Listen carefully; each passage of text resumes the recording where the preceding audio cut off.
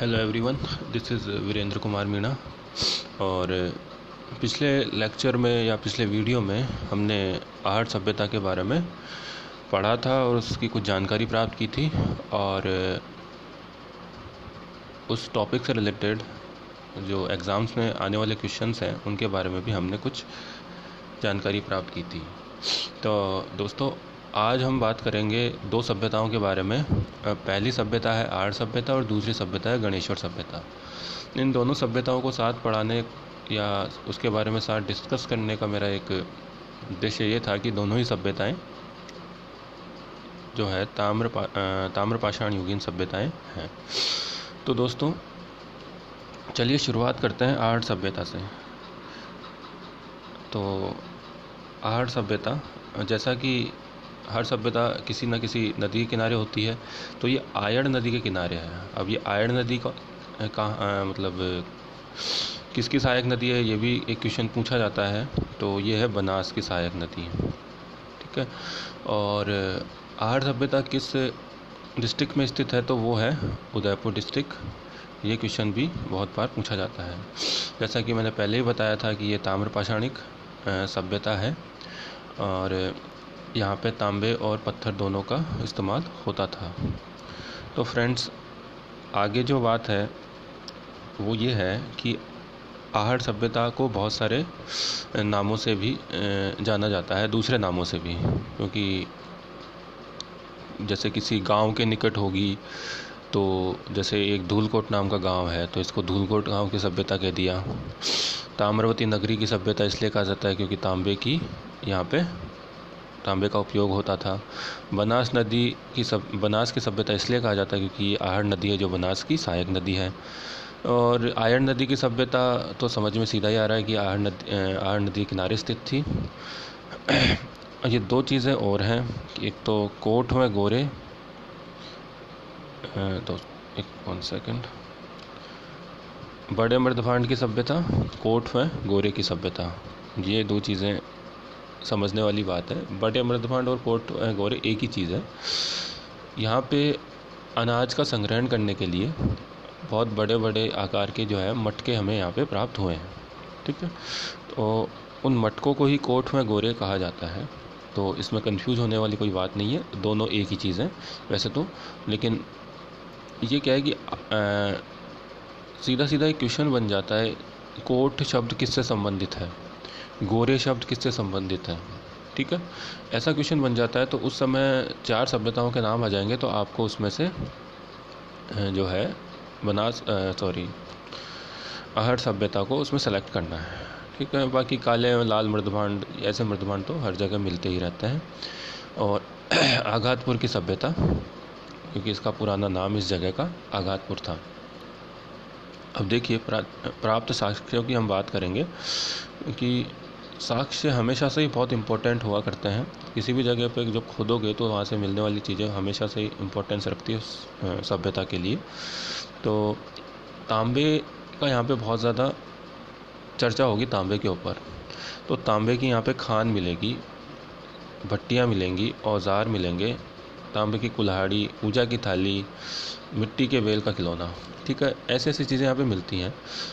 तो इसमें क्या है कि ये ऐसा क्वेश्चन तो आएगा नहीं ज़्यादातर कि तांबा गलाने की भट्टियाँ कहाँ मिली, कुल्हाड़ियाँ कहाँ मिली, लेकिन सीधा सीधा ये क्वेश्चन बन सकता है कि ऐसी कौन सी सभ्यता है जहाँ पर तांबे का अत्यधिक उपयोग होता था, तो वो आहट सभ्यता ही होगी।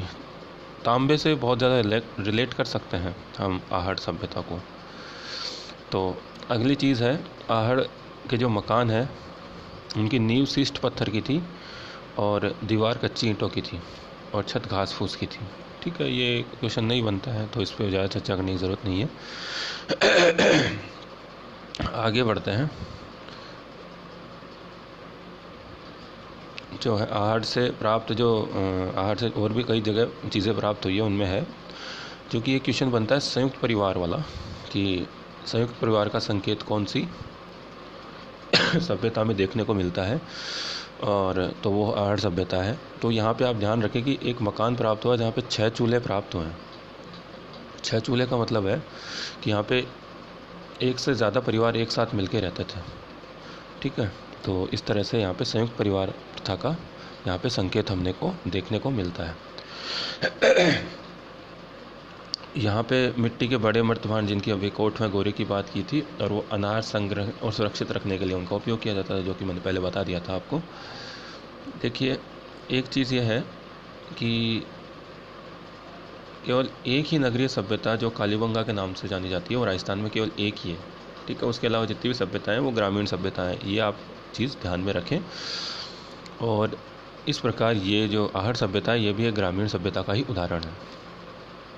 और जो इतिहासकार हैं गोपीनाथ शर्मा, अब उन्होंने ये कहा है कि आहड़ सभ्यता का पतन बाढ़ के द्वारा हुआ है, ठीक है। बाढ़ जो है यहाँ पे आई आहड़ नदी के अंदर, और उस वजह से इस सभ्यता का जो है पतन हुआ, ये वो कहते हैं। आगे बढ़ते हैं, 1 सेकंड।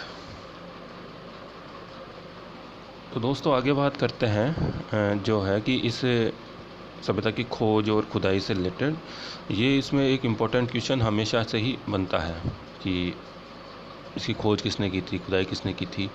तो आहड़ की खोज की थी रतन चंद्र अग्रवाल ने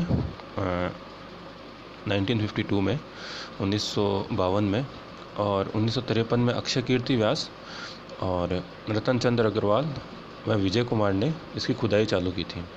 तो ये क्वेश्चन जो है, देखो, आहड़ सभ्यता पूर्णतया एक राजस्थान की सभ्यता मानी जाती है, क्योंकि जैसे कालीबंगा सभ्यता का रिलेशन अपन किसी और सभ्यता से कर देते हैं, सिंधु घाटी सभ्यता से, यानी कि उसका ही एक छोटा सा भाग उसे माना जाता है। लेकिन आहड़ सभ्यता पूर्णतया राजस्थान में ही फैली हुई है। और इस तरह से 1961 और 72 में प्रोफेसर हसमुख 1 सेकेंड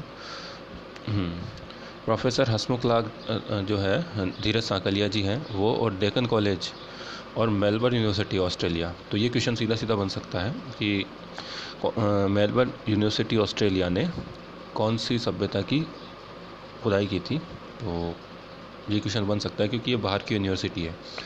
डेक्कन कॉलेज तो अपने इंडिया का ही है, और एस.डी. सांकलिया है जो एक वेल नोन इतिहासकार है। तो आगे एक बुक है आहड़ नाम से, तो इस पे एक क्वेश्चन वो बन सकता है कि आहड़ जो बुक है वो किसने लिखी थी। तो एस.डी. सांकलिया, बहुत ही कम चांस है लेकिन बन सकता है। तो इस प्रकार देखो, आहड़ सभ्यता एक ताम्र पाषाणिक युग की सभ्यता है, और जैसा कि हमने पढ़ा उसके अंदर बहुत सारी जो है वस्तुएं हमें प्राप्त हुई हैं तांबे से रिलेटेड। तो तांबा, ध्यान रखना कि तांबे का जहाँ पे ज़्यादा जिक्र हो वो आहड़ सभ्यता, और जब भी आप किसी मतलब मेंस जब आप लिखो तो आहड़ सभ्यता के बारे में पूछा जाएगा तो तांबे का जिक्र ज़रूर करना, ठीक है। एक संयुक्त परिवार का जिक्र करना, एक ग्रामीण सभ्यता का जिक्र करना, और एक आप जिक्र करना कि कौन से डिस्ट्रिक्ट में है, तो उदयपुर डिस्ट्रिक्ट में ये है। ये चीज़ें जब आहड़ सभ्यता की बात आएगी तो ये सारी चीज़ें आपको करनी ही होंगी।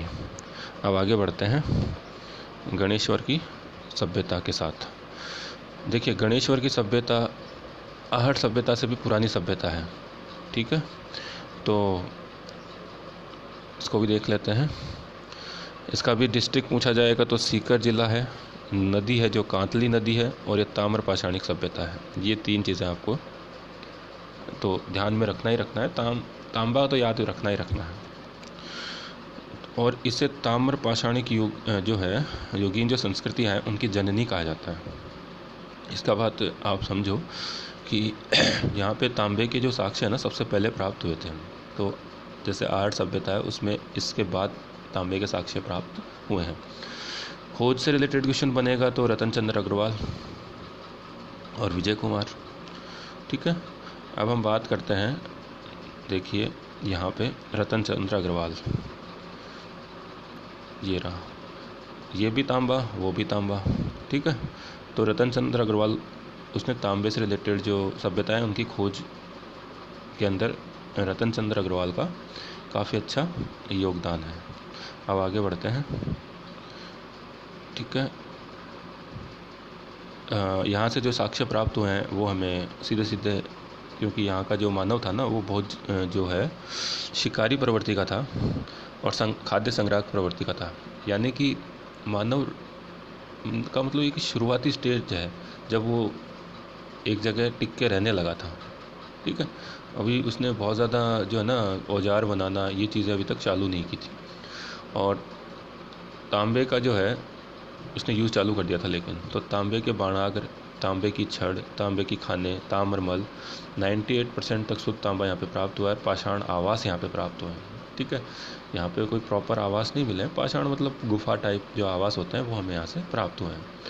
तो दोस्तों इस तरह से हमें यहाँ पे चीज़ें प्राप्त हुई है। और एक चीज़ और है जो कि क्वेश्चन पूछा जा सकता है मेरे ख्याल से, तो वो ये है कि जो जितनी भी सभ्यता है उनका जो कालक्रम है ना उसके हिसाब से कि कौन सी पुरानी है, कौन सी नई है, कौन से ईस्वी की है, ये सारी चीज़ें। तो गणेश्वर सभ्यता सबसे पुरानी जो हमने अभी बात की थी तो 2800 ईसा पूर्व की है। कालीबंगा 2300 से 1750 ईसा पूर्व की है।